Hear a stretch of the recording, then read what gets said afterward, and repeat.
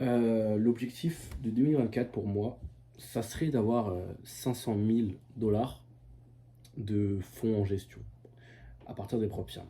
Et du coup, c'est pour ça que j'ai lancé cette chaîne euh, où je vais vous documenter à travers différents épisodes dans la semaine mon évolution.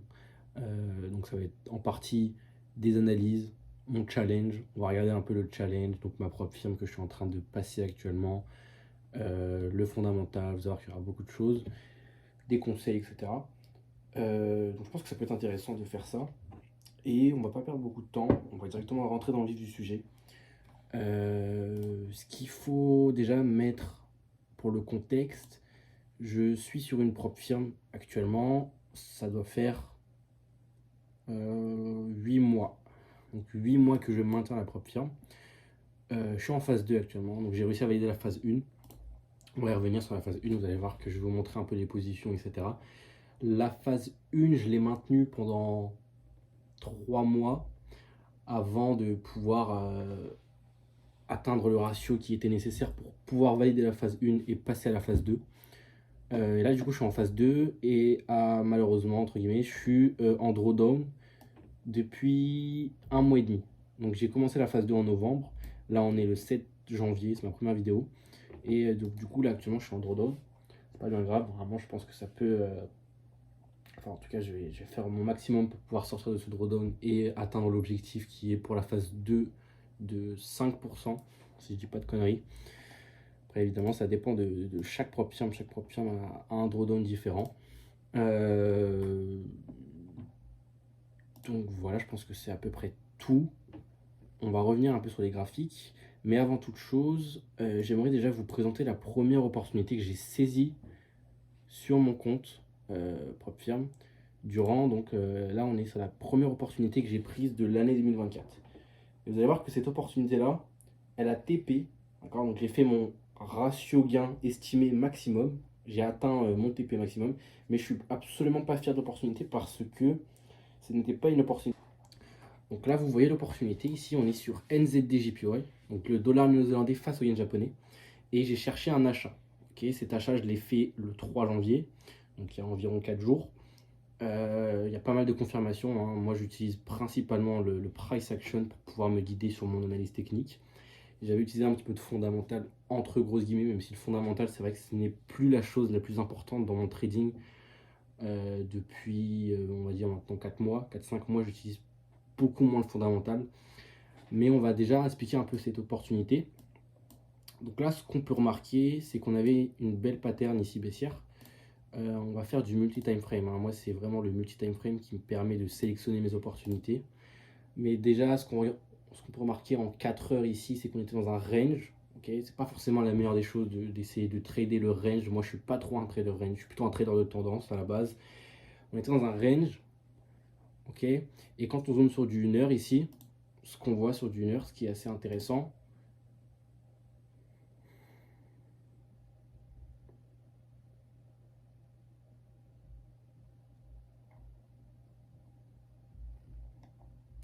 ce qui est assez intéressant, je disais, ce qui est assez intéressant, c'est qu'on avait donc comme j'ai dit juste avant, une belle pattern baissière ici, d'accord.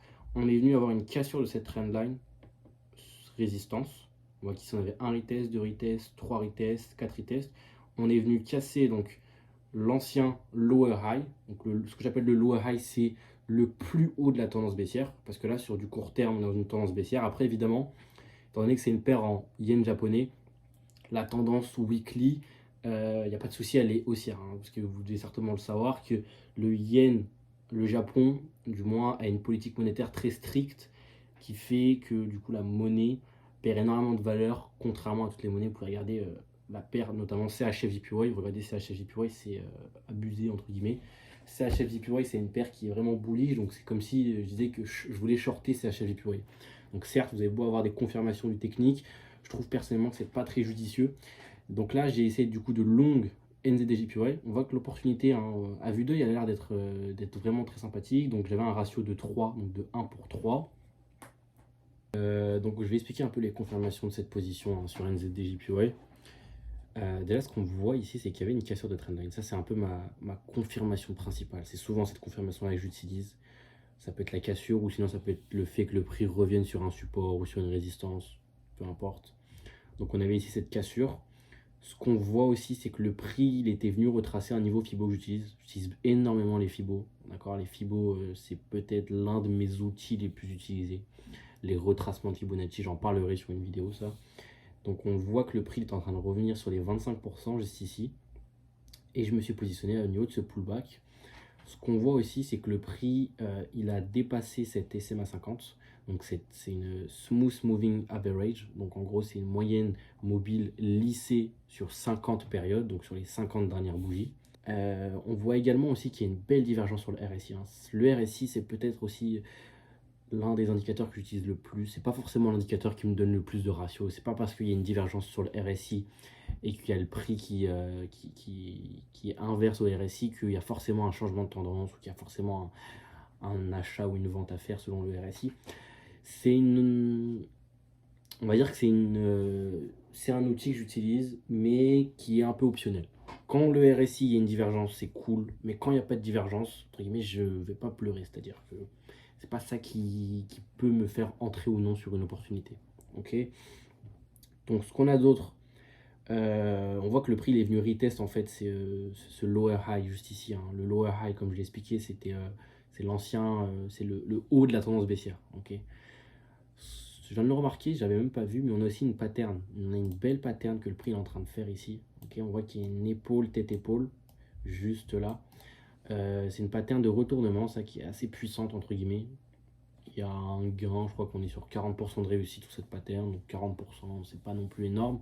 Mais c'est vrai que c'est intéressant, je viens de le remarquer à l'instant. Ce qu'il faut par ailleurs aussi, ce que j'ai envie de dire sur cette opportunité que j'ai prise, c'est que j'ai eu beaucoup de réussite.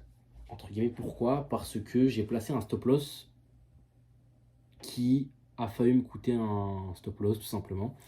On voit ici que le prix il a méché dans la nuit, pendant que je dormais, à 1h. Ok, là on voit 1h. Donc à 1h du mat, c'est souvent là en fait, bah, c'est tout simplement là où il y a la session asiatique qui commence à se réveiller, donc il y a du volume, etc. On voit que le prix, j'ai eu beaucoup de chance. Pourquoi? Parce qu'il a fait un pullback, okay, il a fait un retest sur la SMA 50, donc cette SMA juste là, et sur un niveau FIBO, le 38,2. Et il n'a pas réussi à passer en dessous, il n'a pas réussi à dépasser, donc en fait j'ai mis un stop loss vraiment chirurgical, qui du coup m'a permis d'avoir un ratio de 1 pour 3 sur cette opportunité. Donc vous voyez qu'il y a quand même pas mal de confirmations, entre guillemets. Il y avait des personnes qui vont certainement se dire que l'opportunité était sympathique, était bien, etc. Je ne dis pas le contraire. Honnêtement, je ne suis pas là à dire le contraire. L'opportunité, elle est cool en soi. Mais le gros problème, surtout, c'est que en fait, c'est un contre-tendance. Et c'est ça qui me...